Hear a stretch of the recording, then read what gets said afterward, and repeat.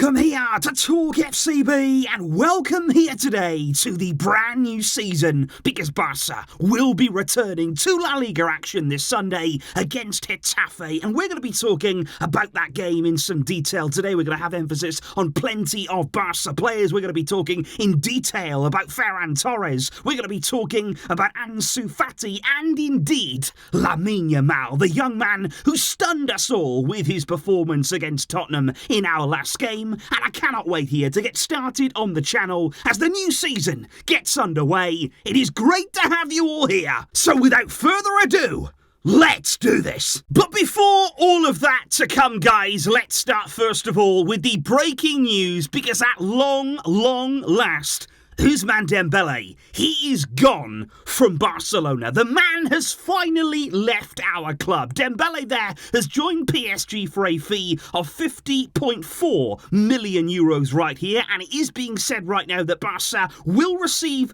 35.4 million of that fee, which seems to be the figure that Barca have been pushing for this whole time. They did not want to split that fee 50-50 with Dembele's camp, who right now apparently will get 15 million of that. And of course, in an ideal world, guys, we've spoken before, we would have wanted a bigger fee for Dembele if we could have got it. But at the end of the day here, for a player who is entering the final year of his contract, and don't forget that was a contract that had about 50 different exit clauses, in the end, I think we'll all take it. And one of the main reasons I feel for that is that honestly, the majority of Barca fans here are glad to see the back of him, because the circus surrounding Ousmane Dembele and his agent and all of the nonsense that has come with that circus is finally leaving town. And I think in the end, there's a lot of relief there, because I think many people expected us to be so angry at Barca, raging that PSG had swooped in and taken another one of our attackers, especially they're activating another type of clause, almost making out that it's similar there to the Neymar deal they did in 2017. But look, guys, if you think back to that Neymar deal, those were very different feelings to what we're having right now with Dembele, in the way that Neymar was actually a big loss to the team. Back then, we felt as though with Neymar, we'd lost genuinely one of the best players in the world, who'd actually shown in a Barca shirt, in big matches, in big competitions. He'd won big trophies for us. With Dembele, though, I mean, honestly, guys,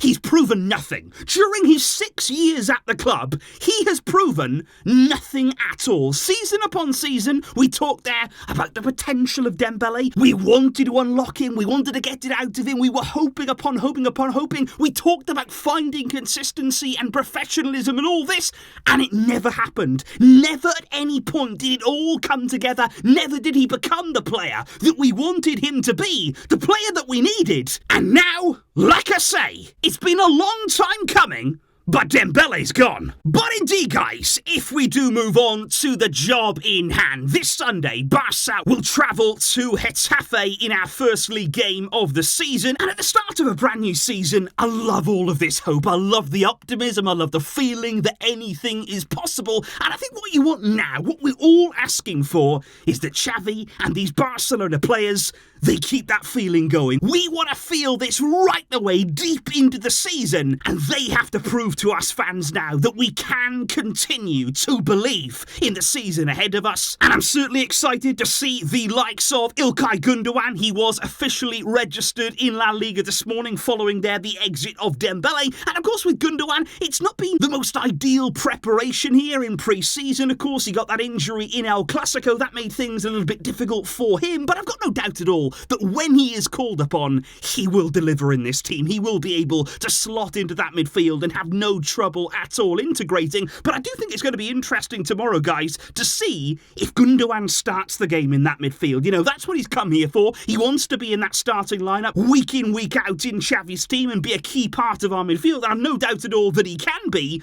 But I think given that he hasn't had that much time here in pre-season because of that injury, it may be that Xavi calls upon on him a bit later into the game. But let me know, guys, in the comments there, would you start Gundogan? Would you have him in your midfield in that very first game? Let me know down below. But I tell you what, one man that I cannot wait to see more of, it's Oriol Romeu. And I think even the fact here that on the eve of the new season, we're saying that's a huge credit to his performances in pre-season, because so far he has been absolutely brilliant in our midfield. At the base there, keeping everything ticking over, being a real presence in our midfield, good athleticism that we've seen from him as well. And you also feel as though, guys, away at Getafe, this is his kind of game. This is the kind of matchup here that will suit him really, really well. You know, away at Getafe, there's going to be a bit of an edge to the game, a bit of bite in it, and I think Romeu, he'd love that there. A bit of a physical battle in there, and I think this is the kind of game that you want to see him really, really impose himself in, and I fully expect to see Romeu starting again alongside Frenkie de Jong. That is a duo that we've seen in pre-season really flourish and do very well, and I just hope they keep building on that, because that's a duo I think we can see right the way through the season, plenty of it, and the signs so far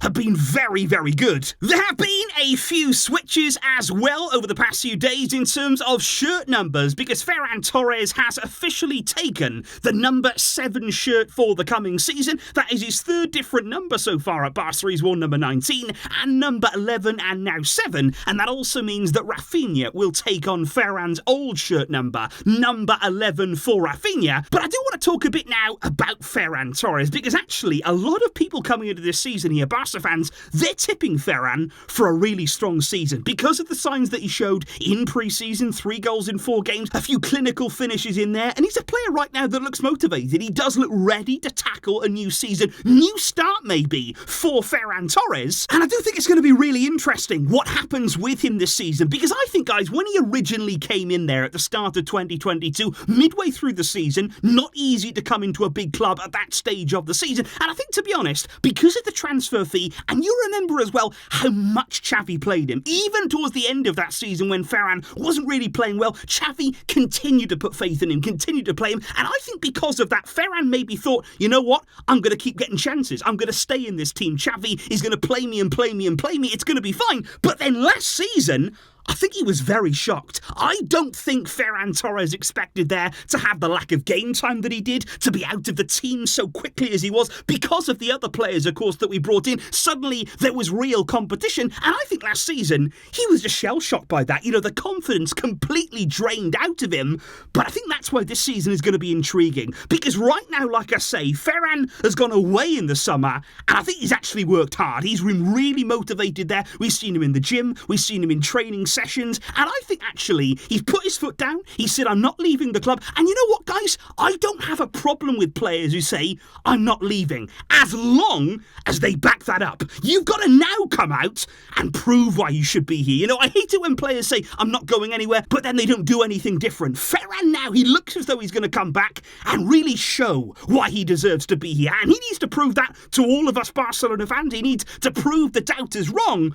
because he's always struck me as an intelligent player. You know, you watch his movement out there on the field, you watch his understanding of when to make a run, when to go into the space. He seems to understand the Barca way and Xavi's ideas very, very well, but quite often it's that final touch, it's that final action there in the final third. Can he get it right? Can he believe and actually tuck away the chances in front of goal? If he can this season, it may be very different for him, and I hope that we can get that version of Ferran that we've always wanted. Which then brings us on to Ansu Fati, because this is another player in that forward line that needs to show something. Now, will he feature on Sunday there under Xavi? That's a big question, and I feel that could already have a big bearing on his future, because based there on Xavi's previous selection, you know, looking at his words as well after the Tottenham game, I think it's unlikely that we see Ansu Fati from the start here. We may see somebody else in that wide left area, we may see an extra midfielder out there, of course, but on those words from Xavi after the game against Tottenham, where quite honestly, he just didn't shut anything down. He left the door wide open there for Ansu Fati potentially to leave the club this summer, and according to Gerard Romero yesterday,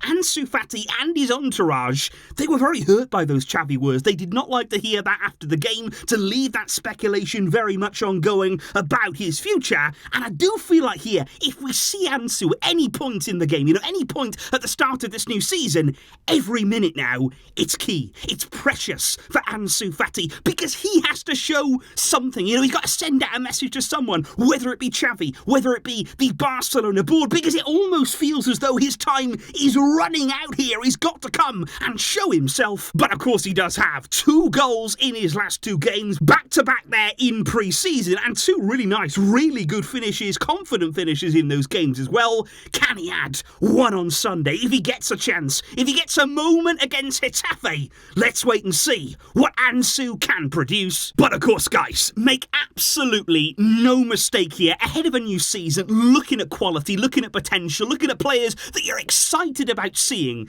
Lamine Yamal, he's got to be right at the top of that list. Will we see him on Sunday against Getafe? We're all very eager to find that out, because on the one hand, you would probably say right now, it's the first game of a new season. It's away at Getafe, like we've already said. We know what they're like. It's a very physical kind of game, and probably that's not the ideal conditions for a young 16-year-old player. And that is why here I'm pretty sure that we're not going to see Lamine Yamal in the starting lineup or anything like that in this game. We're going to see him eased into things and not certainly thrown into the deep end. But at the end of the day, guys, if we're midway through this game, first game of the season, and we need something, well, he's right there. He will be a player that you look to now, and Xavi should be looking at him because of what he did against Tottenham. We would have lost that game, and of course it was only pre-season. The result was irrelevant, but in a game now when the season begins, if you need a game changer, if you need a match winner, Lamine Yamal has quality in his pocket. He has the ability to change a game, to turn it on its head, and he will be there waiting for opportunities, for moments here to shine again. And I cannot wait, whatever game it is, whenever it happens, I just cannot wait to see this young man out on the field in that Barca shirt again. Now, I do have to say, guys, that obviously the build-up to this game has been a bit different to usual. With all the transfer stuff going on, it's been quite difficult to prepare and sort of get everything ready. And at the same time as well, we've had such late registrations here. Barca leaving things right up until the last minute to get everybody registered. So we haven't gone fully into predicting the lineups or anything like that here, but also just because I want to see how everything shapes up here in this first game, how everything pans out, and then from here on in, we're going to have a much more clear idea of what Xavi's plans are, what the season may indeed look like, and I just hope right here, guys, that we're going to start with a good performance, a good quality performance here, get the ball rolling. It's not an easy game, by no means at all. We're going to have to perform, we're going to have to step up, but hopefully we can enjoy here together, all of us here, a very special season ahead. Thank you indeed for tuning in. Let me know your predictions down below for the game in terms of the scoreline. Who do you think is going to get on the score sheet? Anybody going to stand out in that Barcelona team? Let me know all of your pre-match thoughts. I will see you soon though, of course, with all of the reaction. Thank you for watching, guys, and for all of your support. But until next time, as always, Visca, El Barça.